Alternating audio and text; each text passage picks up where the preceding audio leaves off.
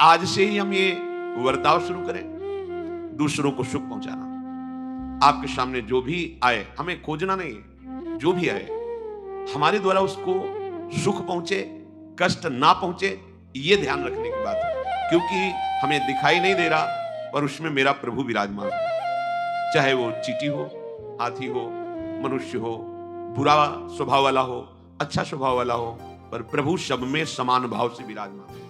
सच्ची मानिए, इससे बड़ा कोई पुण्य नहीं है, पाप नष्ट करने का इससे बड़ा कोई उपाय नहीं है। थोड़ा सा आप किसी का परोपकार कर दीजिए और कभी वर्णन मत कीजिए, फिर आप देख लीजिए वो आपको भारी विपत्ति से बचा लेगा। हम भागते घूम रहे, कोई हमें आशीर्वाद दे दे, कोई जादू टोना कर दे, कोई चमत्कार दिखा दे, हम सुखी हो जाए, कभी नहीं होगे। आपका कर्म ही आपको सुख और दुख प्रदान करता है। को न काहू के सुख दुख कर दाता, निज कृत कर्म भोग सुनता। जब आप किसी संत के पास जाते हैं दैन्य भाव होकर, मेरे भगवान के लाडले भक्त जन, इनके दर्शन से परम मंगल होता है, अहो भाग्य, ये आपका कर्म बन गया। संत दरस को चालिए तज माया अभिमान, ज्यों ज्यों पग आगे बढ़े कोटिन यज्ञ समान। वो आपका कर्म आपको सुख ही दी, किसी का आशीर्वाद नहीं कर रहा। आप दैन्य भाव से, भगवत भाव से गए, वो बोले ना बोले, आशीर्वाद दे ना दे, आपका एक कर्म आपको सुख प्रदान कर देगा। यदि हम सुख का रहस्य समझ जाएं तो कभी दुख भोगना ना पड़े। सुख प्राप्ति का एकमात्र रहस्य है, तुम किसी को दुख मत पहुंचाओ तो तुम्हें कभी दुख नहीं मिलेगा। पर हमारी कुबुद्धि दूसरों को दुखी करके सुखी होने वाली बात है हमारे अंदर। दूसरों का छीन करके सुख हम सुखी हो जाए, कभी नहीं हो सकते, कभी नहीं हो सकते। परहित सरिस धर्म नहीं भाई, पर पीड़ा सम नहीं अनमाई। यदि हम दूसरों को दुख देते, इससे बड़ा कोई पाप नहीं है, और दूसरों को सुख देने की भावना कर ले, इससे बड़ा कोई धर्म नहीं है। कर्मयोग का सबसे बड़ा भाव किसी को दुख ना पहुंचाना। वाणी बहुत संभाल के बोले, कोई पैसा नहीं लगता, प्रिय बोलने में कुछ खर्चा नहीं होता है, आपका मंगल हो जाएगा। वाणी एक अमोल है, जो कोई बोले जान, ये तराजू तौल के तब मुख बाहर आन। बहुत संभाल कर बात कीजिए। बात में इतनी दम है कि अगर आपने उससे कड़ुआ करके बोला तो उसका हृदय दुखी हो जाएगा। मृदु बोला, शांत भाव से बोला, तो अभी भले वो हमारे प्रति ईर्ष्या रखता है, द्वेष रखता है, लेकिन आगे चल करके उसका हृदय हमारे प्रति झुक जाएगा। क्योंकि हम कभी कठोर वार्ता, कठोर व्यवहार नहीं करते, क्योंकि हृदय में भगवान सबके बैठे हुए हैं। हमारी प्रार्थना मान लीजिए कि सर्वस्व साधनों की सिद्धि का नाम है निरंतर भजन होना। निरंतर भजन होने का फल है हर प्रकार से सुखी हो जाना। लोक परलोक सब सुख आपको घेर लेंगे, विश्वास कीजिए। एक भजन ही सर्व सिद्धि है, ये आप मान लीजिए। भजन नशेनी प्रेम, भजन हो रहा है, महाप्रेमी हो जाओगे। पर इसमें प्रवृत्त नहीं होने देता मन। भजन में, नाम जप में मन राजी नहीं होता, और जब ये राजी हो जाता है तो हटता नहीं। एक बार राजी कर लीजिए इसे, बहुत सुखद है, बहुत सुखद। इसको ऐसा अनुभव किया है मन को कि जैसे कोई नेत्रहीन बड़ा बलवान व्यक्ति हो, तो वो जो पकड़ता है बहुत जोर से पकड़ता है, पर नेत्रहीन इसलिए उसको कहा कि उसको ज्ञान नहीं क्या पकड़ना है क्या नहीं पकड़ना। तो मन कुछ ऐसा ही है। मन नेत्रहीन महाबलवान व्यक्ति की तरह है, आपको पकड़ाना है। अब आपने उसे पकड़ा दिया, भोग, विषय, पाप प्रवृत्ति, बहुत जोर से पकड़ लिया। अब छुड़ाने में आपको ताकत लगेगी, समय लगेगा। अगर छुड़ा के आपने पवित्र आचरण, संयम, जितेंद्रियता, भजन पकड़ा दिया, तो सच्ची मानिए जैसे विषय भोग नहीं छोड़ता, ऐसे ही भजन नहीं छोड़ेगा। इसको पकड़ करने की केवल आदत है, पकड़ाना आपका विषय। आपने ही पकड़ाया है संसार के भोग, संसार का ये पापाचरण आपने पकड़ाया है। इसीलिए भगवान कहते हैं आप अपने द्वारा उद्धार कीजिए। कोई तुम्हारा उद्धार नहीं कर सकता, उद्धार का मार्ग बता सकता है, उद्धार की तुम्हें सलाह दे सकता है, लेकिन आपको चलना होगा। अब आप पकड़ करें पापाचरण की तो कहीं भी जाएं, वो पापाचरण का ही विस्तार करेगा। इसलिए हम महात्माओं के अनुभव की बात कहते हैं, तुम सावधान रहो और हृदय में देखते रहो कि नाम जब चल रहा है कि नहीं चल रहा है। बहुत प्रमाद स्थिति देखी जाती है अधिकतर लोग नींद में सुख का विशेष अनुभव करते हैं। बहुत अंदर जलन होती है जब ऐसी वृत्ति देखते हैं, क्योंकि आप समय बिल्कुल नष्ट कर रहे हैं, बिल्कुल नष्ट कर रहे हैं। स्वार्थ परमार्थ कुछ आपका सिद्ध नहीं हो रहा, केवल मुर्दे की तरह जी रहे हो। यदि आपको ऐसा स्वभाव बन रहा है कि अधिक अधिक जहां बैठे वहीं सो गए, सोना, ये बिल्कुल ठीक नहीं। उपासना के मार्ग में तो बिल्कुल ठीक नहीं। कई ऐसे उपासक हैं, जब उनसे प्रश्न करो, उनकी दिनचर्या की जांच करो, तो असंतुष्टता होती है कि तुम्हारी अभी आज तक दिनचर्या ही नहीं बनी। देखो, शयन में हमें जो आवश्यकता होती इंद्रिय विश्राम की, उसका कारण समझो आप। संसार का निरंतर चिंतन ये मन करवाता रहता है, ये कभी रुकता नहीं है। जितना रुकने लगे उतने ही आनंद की अनुभूति होने लगती है। विषयों में जो अपने लोगों को सुखानुभूति होती है, वो विषय में सुख नहीं है। मन कामना रहित हो गया उतने सेकंड के लिए, जिस कामना की चाह की और विषय मिला, तो उस संयोग में उसने वो कामना को रोक दिया। तो निष्कामता जितने सेकंड की उतना विश्राम मिलता, लगता है सुखी हुई। निष्कामता में उस विषय में सुख नहीं है, निष्कामता में सुख ये मलिन हृदय होने के कारण समझ में नहीं आ रहा। जो वैराग्य में सुख है वो भोग में, त्रिकाल में, ब्रह्मा लोक में भी नहीं है, ब्रह्मा जी के यहां भी नहीं, जो वैराग्य में सुख है। पर रागी मुहांध बुद्धि वाला कैसे जान सकता है ऐसा? हम जो नींद में सुख लेते हैं उसका कारण होता है संसार के चिंतन का त्याग। संसार का चिंतन नहीं हुआ 8-10 घंटे 15 घंटे, जिसका जैसा है उसको अच्छा लगता है। आप खास बात समझिए, जो हमारी नींद विश्राम स्थिति मानी जाती है, उसका कारण होता है संसार के चिंतन से रहित होना। पर उस समय हम तमोगुणी मूर्छा में हो गए, सुषुप्ति। संसार का चिंतन नष्ट नहीं हुआ, वो जहां जागोगे फिर चलेगा। हमें जो क्लेश दे रहा है वो संसार का चिंतन दे रहा है। जो हम विश्राम मान रहे हैं वो संसार का चिंतन सुषुप्ति अवस्था में छूटा, इसलिए अच्छा लगता है कि सोया अच्छा रहा। मुझे नींद चाहिए, क्यों? मैं भूलना चाहता हूं संसार को। देखो आप, थोड़ी देर में भूलना चाहता हूं। कोई बात मत करो, कोई औषधि पवा दो जिससे हमारी इंद्रियां संसार का चिंतन छोड़कर मूर्छावस्था को प्राप्त हो। नींद की गोली क्या है? वो आपको चिंतन रहित कर देती है। नशा क्यों करना चाहता है? थोड़ा चिंतन में शिथिलता आवे। वो निरंतर जो संसार का चिंतन चल रहा है, वो देखो ना, कोई कुछ कोई क्यों? क्योंकि वो शिथिलता चाहता है, हमारा दिमाग थोड़ा शिथिल हो। लेकिन ये सब उपाय जैसे गंदी नाली से हाथ साफ करना चाहो ऐसे है। ये मायाकृत उपायों के द्वारा हमारा विश्राम स्थल निश्चित नहीं हो सकता, हमें शांति नहीं मिल सकती। जो संसार का चिंतन सुषुप्ति में थोड़ी देर के लिए लुप्त होता है, अगर वो जागृत में तुम लुप्त कर दो तो महापुरुष हो गए। खास बात समझिए, जागृत हो और संसार का, शरीर का चिंतन नहीं हो रहा, यही तो जीवन मुक्ति की अवस्था है। कोई चाह नहीं, कोई राग नहीं, कोई व्यक्ति वस्तु स्थान नहीं, एकमात्र परमात्मा चिंतन। तब जो आनंद की अनुभूति होती है, विश्राम स्तर, उसे सोने की जरूरत नहीं। वो सुषुप्ति में दिखाई देता है, पर होता वो प्रभु में ही है। जैसे कल चर्चा हो रही थी, उसकी सुषुप्ति अवस्था को समाधि से तुलना दी गई है, जिसका निरंतर भजन चलता है। आपकी विश्राम स्थली भजन है, ना कि सुषुप्ति। उसी को उन्मनी तुरी अवस्था कहते हैं।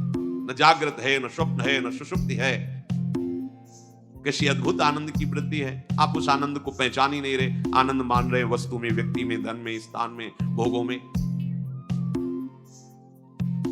जागृत वो अवस्था जिसमें कोई चाह नहीं, कोई कामना नहीं, एकमात्र भगवान का स्मरण, ऐसे आनंद की अनुभूति होगी, आप देख लेना। इसी आनंद की प्राप्ति के लिए आजीवन संयम में रह करके महात्मा जन भिक्षावृत्ति के द्वारा हर कष्ट सहकर जब वो लाभ प्राप्त करते हैं, तब उनमें इतनी सामर्थ्य आ जाती है कि मम भक्ति युक्तो भुवनम पुनातु, लोकों को पावन कर देते हैं। सतरति सतरति लोकां तारयति, वो लोक के लोक को तार सकता है जिसने भगवत स्मरण के द्वारा संसार के चिंतन को शांत कर दिया है।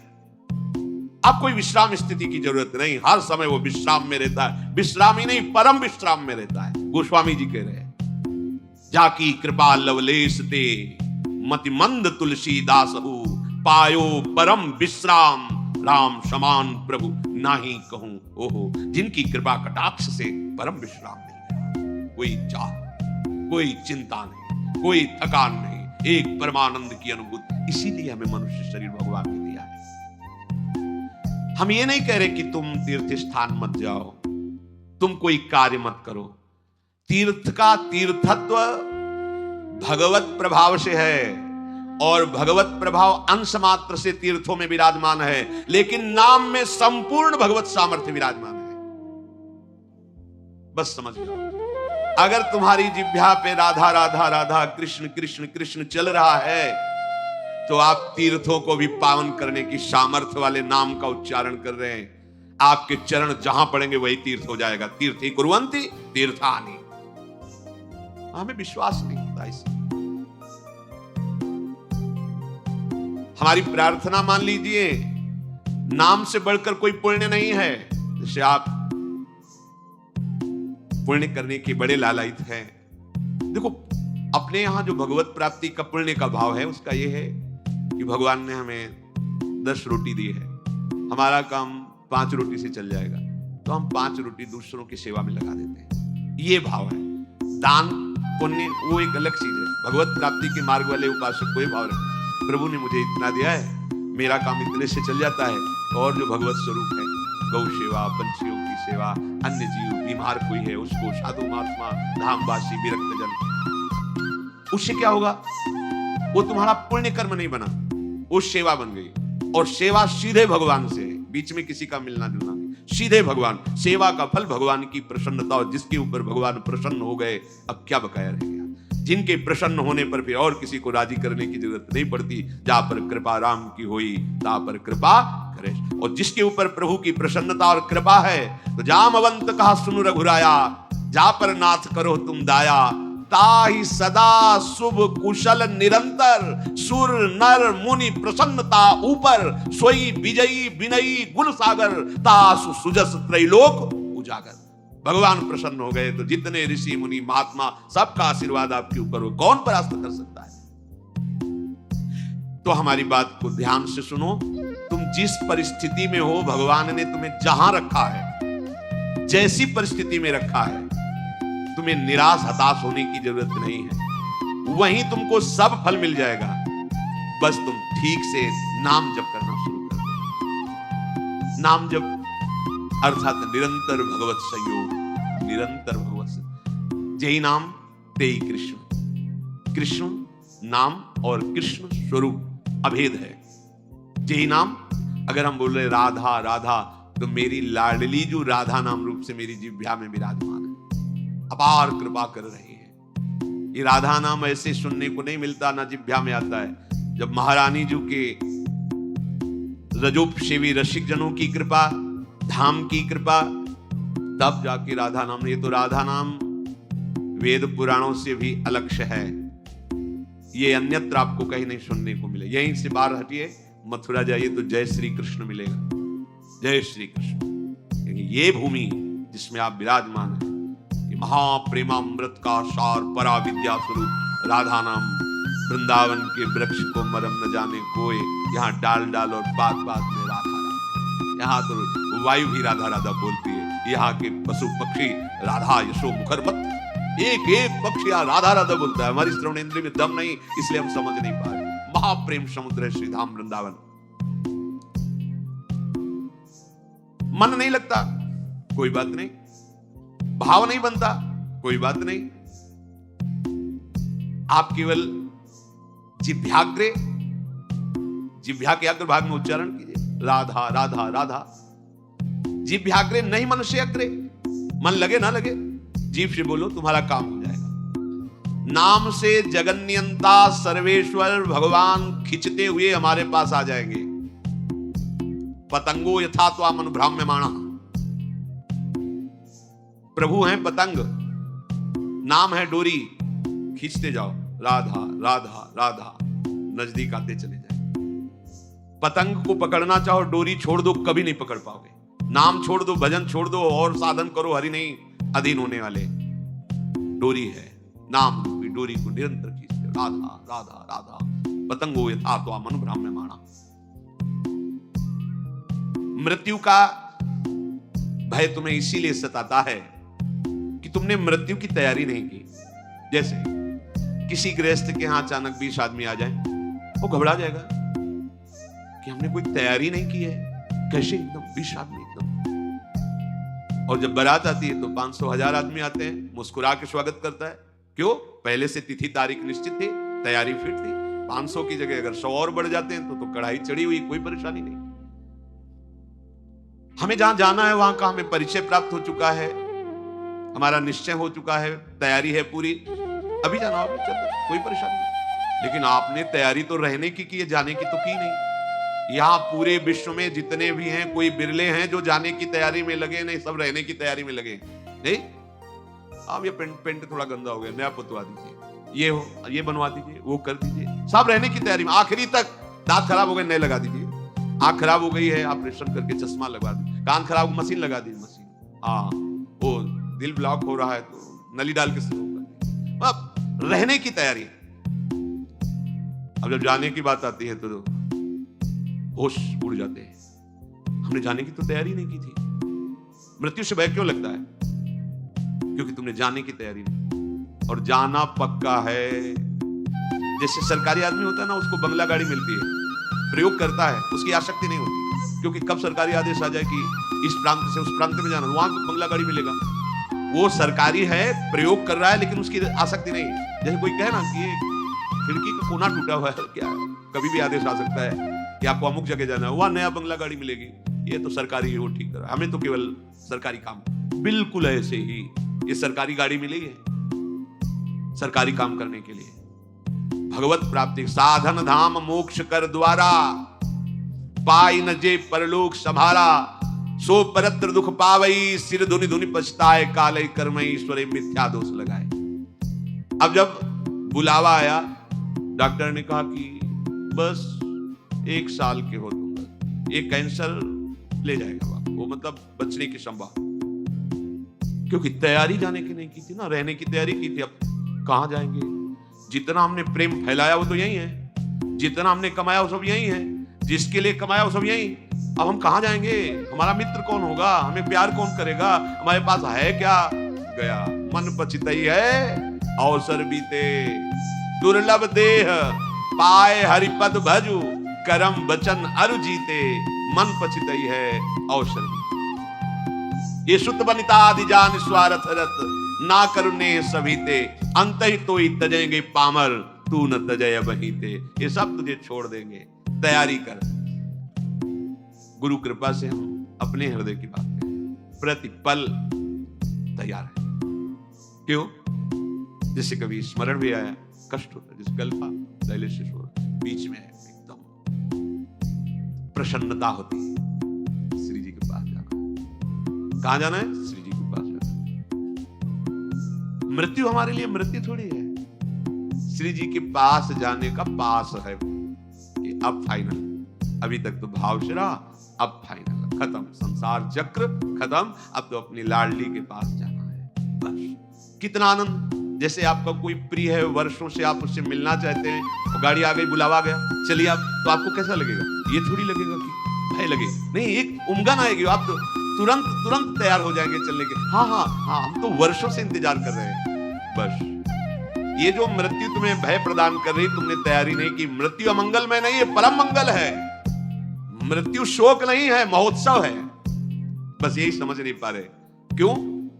भगवान ने मृत्यु को अपना स्वरूप कहा है। मैं सर्व कुछ हरण करने वालों में मृत्यु हूं, मेरे प्रीतम है मृत्यु, और कोई नहीं, श्री कृष्ण है। आलिंगन करो अपने प्यारे श्री कृष्ण का और निरंतर दिव्य लीला में पहुंच चलो। पर यह बात की कोई तैयारी नहीं कर रहा। सब जीने की तैयारी हो, यही रहने, क्यों किसी को नहीं रहने दिया जाएगा। ये सरकारी बंगला है, यहां ट्रांसफर होते रहते हैं, पुराने गए नए आए, पुराने गए नए आए। आप खुद देख रहे हैं कौन रहा।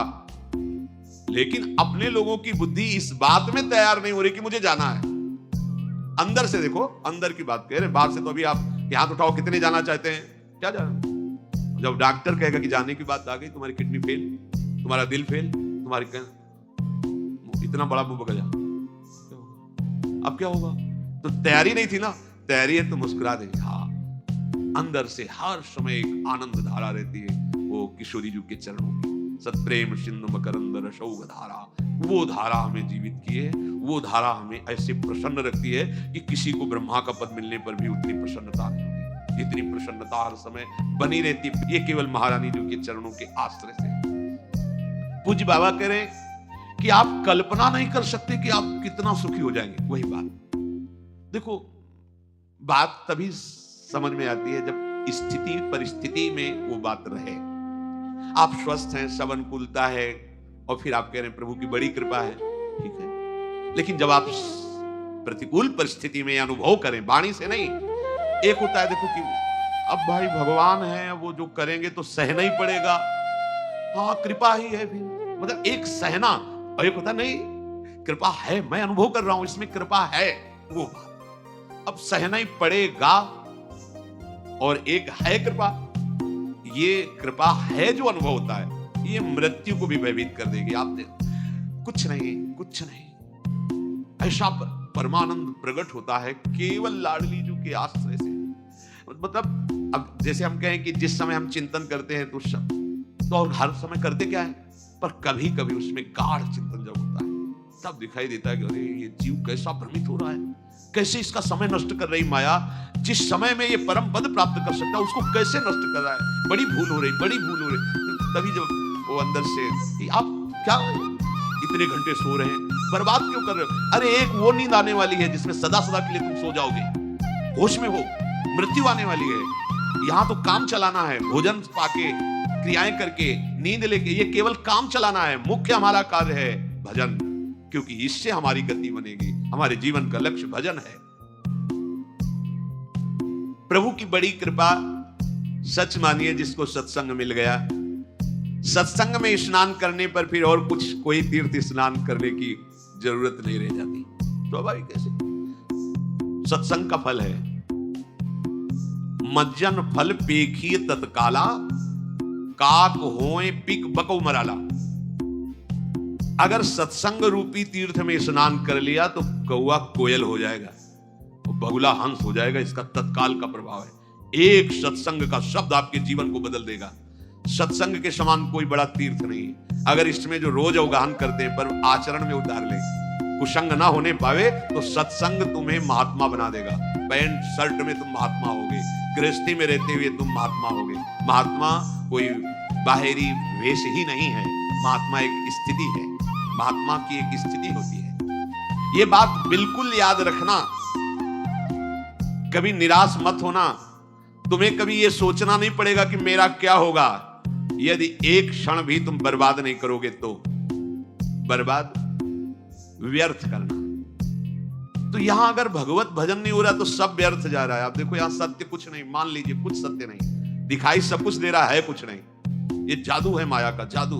वो अभी नेत्र सही नहीं, इसलिए आपको ये बात मजाक सी लगेगी। यहां दिखाई सब कुछ दे रहा है, लेकिन जो है वो नहीं दिखाई दे रहा, जो नहीं है वो दिखाई दे रहा है। इसी का नाम माया है। देखो